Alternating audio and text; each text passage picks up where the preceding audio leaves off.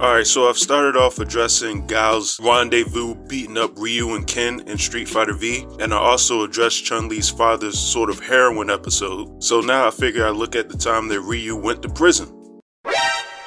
So in this episode of Street Fighter V, Ken and Ryu arrive in Bangkok. Under the recommendation of Fei Long and Chun-Li, they decided to go and learn about Muay Thai, so they're going to study the martial art in Thailand. They've already been warned about the gangs and corruption in Thailand, but whatever, they're still gonna go by themselves anyways.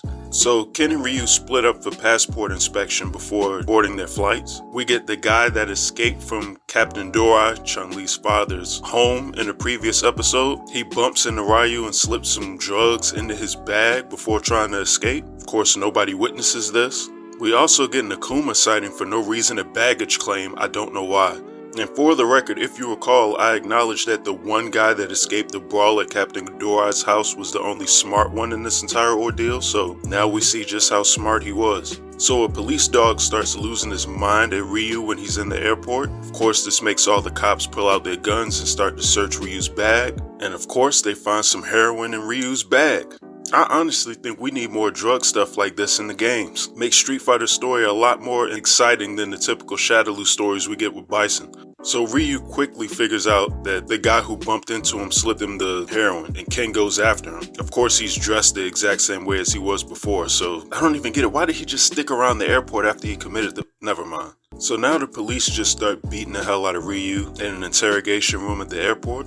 They're trying to figure out where he got the heroin from. Obviously, Ryu doesn't have an answer, so they just keep beating him up. So now the detective gives Ryu this after-school special speech about drugs and heroin in the country of Thailand. He's believing that Ryu is a part of a drug cartel. I cannot make this up. Ryu keeps denying his drug usage, but the detective tells him while he does believe that Ryu's telling him the truth, they did find the drugs on him, so unless he can find the guy who actually planted them on him, he's going to prison. So as Ryu's being taken away to prison, he yells at Ken that the guy who got him had a scar on his cheek. So needless to say, it looks like their adventure's a little postponed. Once again, we get the interlude. I don't know why I enjoy that so much. So now we cut to seemingly Alcatraz, at least that's almost how it looks. Of course, Ken makes some phone calls to his father. I keep forgetting that Ken's rich. So they're making phone calls to the US Embassy to try to get Ryu some help and get him out of prison. Now we get Ryu's first night in prison, and we get this creepy fat guy. Obviously he's abusive and he's determined to beat Ryu into admitting that he's guilty. Now we get the men in black marching into the airport. I love that these are the type of things that taxpayer dollars are getting used for, but in any event. So now we cut back, I guess it's hours later, and Ryu is still being beaten inside of this dungeon in the prison. So now Ken and his government friends are just asking around the country to see who knows what. Alright. As Ryu continues to get whipped to death in prison, the actual warden is more exhausted beating Ryu than Ryu himself is taking the beating. How he stomached this though, I have no idea. This looks brutal. Now Ken just marches down this dark alley to ask some questions. We get some fantastic voice acting, by the way. This ain't a very helpful neighborhood. Pretty dangerous for a kid like you. Oh yeah? So the guys decide that they're gonna rob Ken. Obviously this doesn't go well. So Ryu's just barely alive in prison after getting beat for most of the day. His body almost looks like Kazuya's from Tekken at this point. So now Ryu heads to the cafeteria for, I guess, chow time. For some reason, he catches the attention of everybody when he comes into the cafeteria. Of course, he's being bullied and abused his first day in prison, why wouldn't he be? He gets informed not to worry about the warden anymore, and the person that he needs to worry about is Sagat. And Sagat is the one who apparently runs prison. Sagat as a prisoner was a turn that I wasn't expecting in this show. Also, it's odd seeing him without the eye patch. So Ryu's not taking the bully and lying down, so he knocks the guy out and just leaves the cafeteria. Sagat sends out for Ryu and says he wants to meet him. Ryu swears he's not going to be in prison long to meet Sagat, and these guys get tired of him talking and decide to attack him. Obviously they're Muay Thai fighters, why wouldn't they be, so Ryu uses this as a chance to learn about the martial art. And he immediately starts getting kneed and elbowed to death. So after getting stomped out, he just snaps and starts laying them out. He pretty much almost kills one of them, to be quite honest with you. So Sagat decides that he's going to take care of Ryu himself, and we get this face-off. So Sagat calls for his gloves and fighting gear now. And Ryu, with no practice by the way, decides that he's going to fight Sagat using Muay Thai. Obviously in the beginning this does not work. Guys start betting money and cigarettes on the fight, of course. Ryu actually starts taking a bit of a spectacular beating at the hands of Sagat. Warden Nucci tells the guy who was making the bets for the fight that he's taking half of the pot. Nucci is his name, by the way, I neglected to mention that before. At this point, Ryu's been getting beat up by Muay Thai for so long, he's actually really starting to learn how to use it. And after acknowledging this, I guess Sagat's had enough and decides to really start laying into him. And lands a tiger knee, if you can believe that. I'm not sure why, but he knees Ryu in the stomach and it leaves a blood stain down his back when he falls down the wall. Maybe the back of his head smacked the concrete, I have no idea. Not that it matters, it's the main character, so of course he gets back up. And he finally takes those stupid gloves off and decides to fight Sagat straight up. And he's starting to get the upper hand on Sagat. This earns Sagat's respect, and we get a flashback as to how Sagat landed in prison.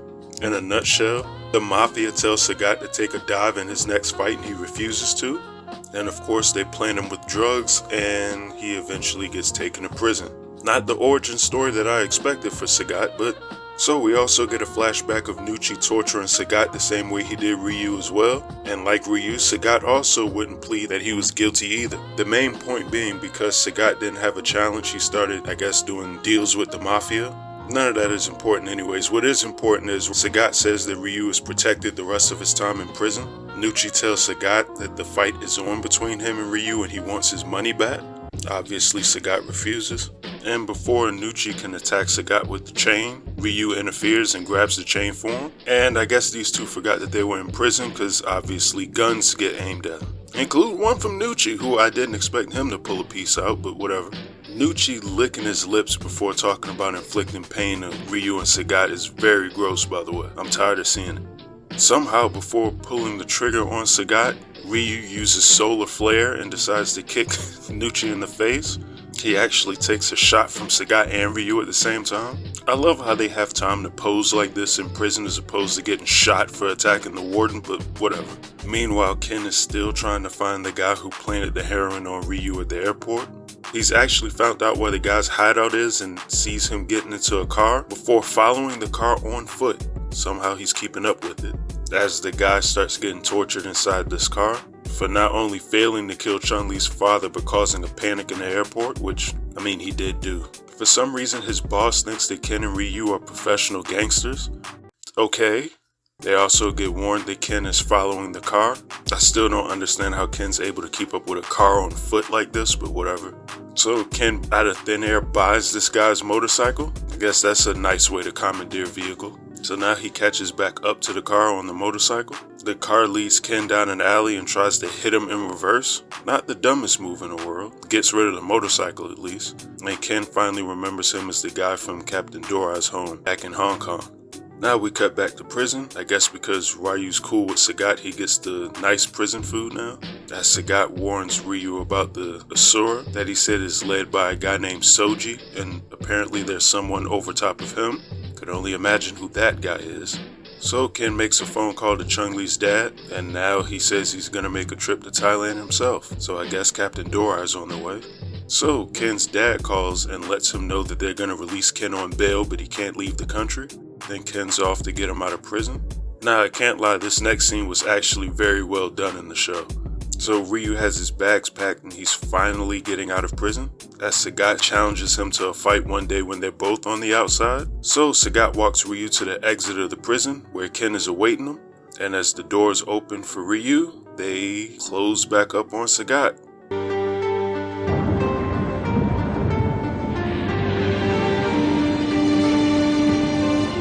Sorta depressing, but it was actually handled pretty well how they did it.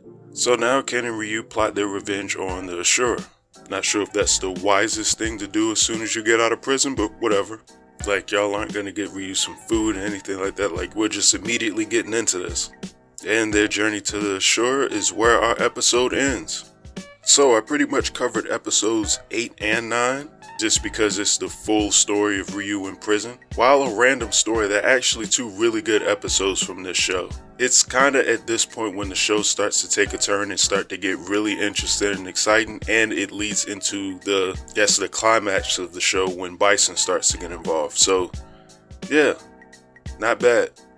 Get it on that selector, make it first pick. Get it on that 10, 9, 8, 7, 6. Get it on that. Choose and pick the best one. Get it on that 5, 4, 3, 2, 1. Get it on that selector, make it first pick. Get it on that 10, 9, 8, 7, 6. Get it on that. Choose and pick the best one. Get it on that 5, 4, 3, 2, 1. Get it on that selector,